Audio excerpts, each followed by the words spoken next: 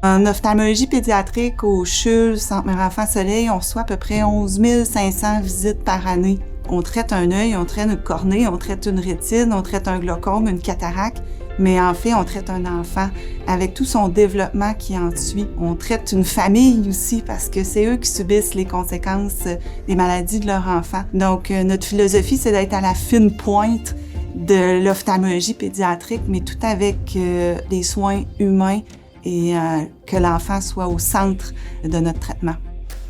Quand on traite des enfants, c'est tout petit, on est dans l'infiniment petit, mais en même temps, c'est très ludique. Des fois, c'est un examen déstructuré parce que l'enfant participe pas, l'enfant, ça lui tente pas, il faut gagner la confiance de l'enfant.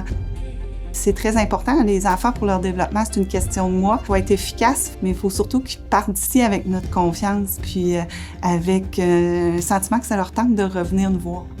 Les soins aux enfants ici sont très spécialisés, mais en même temps dans un esprit très collégial.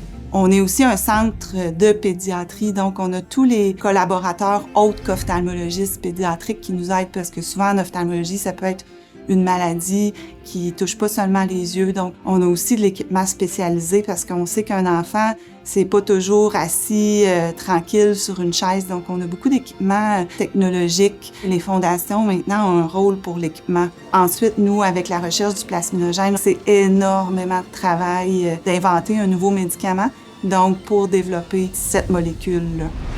J'étais mal pris avec un enfant qui était en train de perdre la vue. J'ai été obligée d'essayer de sortir de la boîte puis de dire qu'est-ce qu'on fait avec ça. C'est un déficit en plasminogène, donc on va essayer de lui donner du plasminogène, mais ça n'existait pas des gouttes de plasminogène. C'est à Québec même que ça s'est développé pour le soin particulier de patients.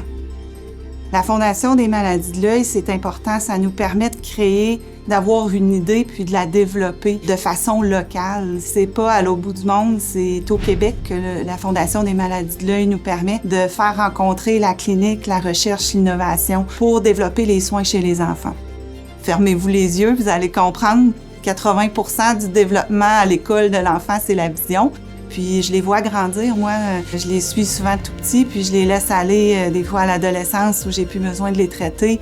Et j'ai souvent des câlins. Et c'est surtout très valorisant et on sait pourquoi on fait ça à la fin de la journée, en fait. C'est traiter notre avenir, c'est notre futur, les enfants. Je suis Isabelle Laliberté, ophtalmologiste pédiatrique au CHU de Québec, Centre Mère-Enfant Soleil. Je suis aussi présidente de l'Association des médecins ophtalmologistes du Québec.